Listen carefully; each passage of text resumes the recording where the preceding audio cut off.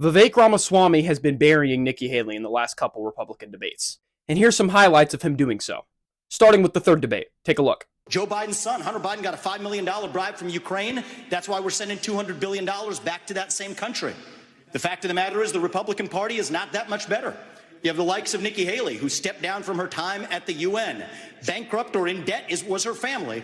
Then she becomes a military contractor. She joins the board of Boeing and otherwise, and is now a multimillionaire. So I think that that's wrong when Republicans do it or Democrats do it. That's the choice we face. Do you want a leader from a different generation who's going to put this country first? Or do you want Dick Cheney in 3-inch heels? All right, Mr. In which case, we've got two of them on stage tonight.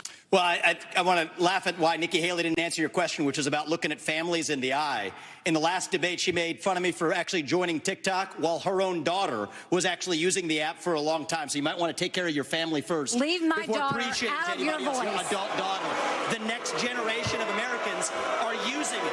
And that's actually the point. You have her supporters propping her up. That's fine. Now, don't get me wrong. Those moments in the third debate were amazing. But I think he buried her even worse in the fourth debate. Let's take a look at those clips.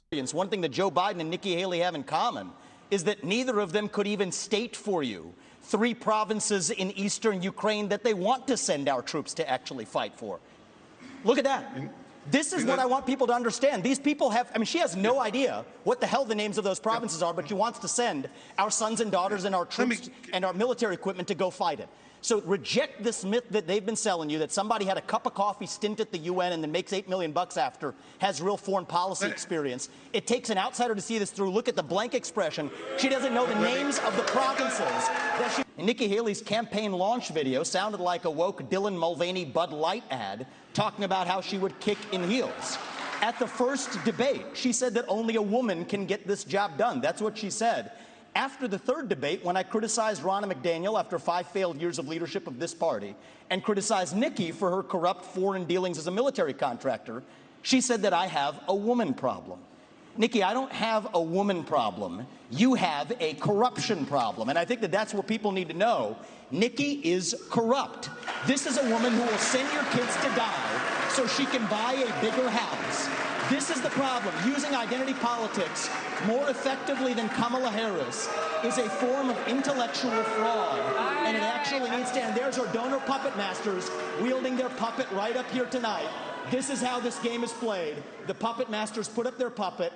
First, Vivek exposed how corrupt Nikki Haley truly is. Then he pointed out her ridiculous hypocrisy of claiming that it's wrong for him to be on TikTok while her own family members, not just any family member, her own daughter is using the app and has been for years.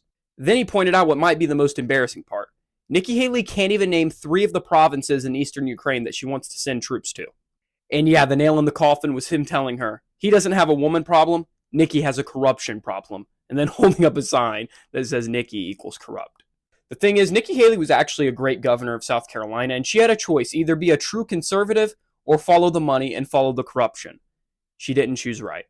And following the money, of course, meant becoming a neocon and becoming a warmonger. And the fact of the matter is, I don't care what the polls say. We all know Trump's going to be the nominee anyway. The fact of the matter is, Nikki Haley has been buried. She will never be president. But Vivek Ramaswamy, on the other hand, I think he's going to be Trump's vice president. And then after that, I think we'll be saying Vivek 2028.